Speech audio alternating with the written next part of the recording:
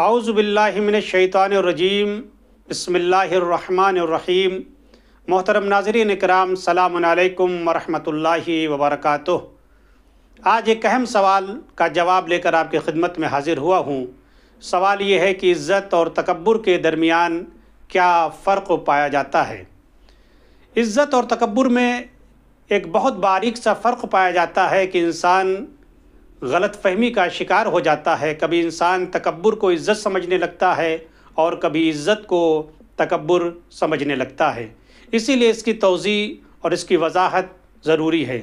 علماء اسلام نے عزت کی تعریف کچھ اس طرح کی ہے کہ العزت و معرفت الانسان بحقیقت نفسہ و اکرامها و وضعها فی منزلتها کما ان الکبر جہل الانسان بحقیقت نفسہ و وضعها فوق منزلتها۔ علماء اسلام کہتے ہیں عزت یہ ہے کہ انسان اپنی حقیقت کو پہچانتا ہو اور اپنے آپ کو اس مقام پر قرار دے جس کا وہ مستحق ہو۔ اسی طریقے سے کبر یہ ہے کہ انسان اپنی حقیقت سے ناآشنا ہو، اپنی حقیقت کو نہ جانتا ہو اور اپنے آپ کو اس جگہ پر قرار دے جس کا وہ مستحق نہ ہو۔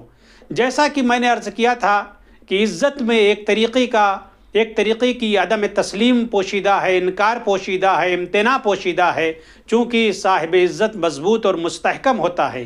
یعنی عزت کے معنی میں ایک طریقے کا انکار اور امتناع پوشیدہ ہے، اسی طریقے سے تکبر کے معنی میں بھی ایک طریقے کا انکار اور امتناع پوشیدہ ہے۔ یعنی صاحب عزت بھی ہر کس و ناقص کی بات کو تسلیم نہیں کرتا اور متکبر انسان کسی کی بات کو تسلیم نہیں کرتا۔ یعنی دونوں میں ایک طریقے کا انکار اور امتناع پوشیدہ ہے، مگر فرق یہ ہے کہ اگر یہ انکار اور یہ امتناع باطل کے مقابلے میں ہو، اگر یہ انکار نقائص کے مقابلے میں ہو، منکرات کے مقابلے میں ہو، باطل برائیوں کے مقابلے میں ہو تو اسے عزت کہا جاتا ہے۔ لیکن اگر یہ انکار حق کے مقابلے میں ہو، اگر یہ امتناع نیکیوں کے مقابلے میں ہو، اچھائیوں کے مقابلے میں ہو تو اس کو عزت نہیں بلکہ تکبر کہا جاتا ہے۔ یہی وجہ ہے کہ ایک شخص نے حضرت امام حسین علیہ السلام کے باطل کے مقابلے میں سخت مزاجی کو دیکھا کہ آپ باطل کے مقابلے میں کبھی تسلیم نہیں ہوتے، آپ کا مزاج باطل کے مقابلے میں سخت ہے، تو مولا کو خطاب کر کے کہتا ہے کہ اے حسین، آپ کے اندر غرور اور تکبر شاید پیدا ہو گیا ہے۔ مولا نے فرمایا شیخ تو غلط فہمی کا شکار ہو گیا ہے، ہمارے اندر غرور اور تکبر نہیں پایا جاتا بلکہ ہمارے اندر عزت پائی جاتی ہے۔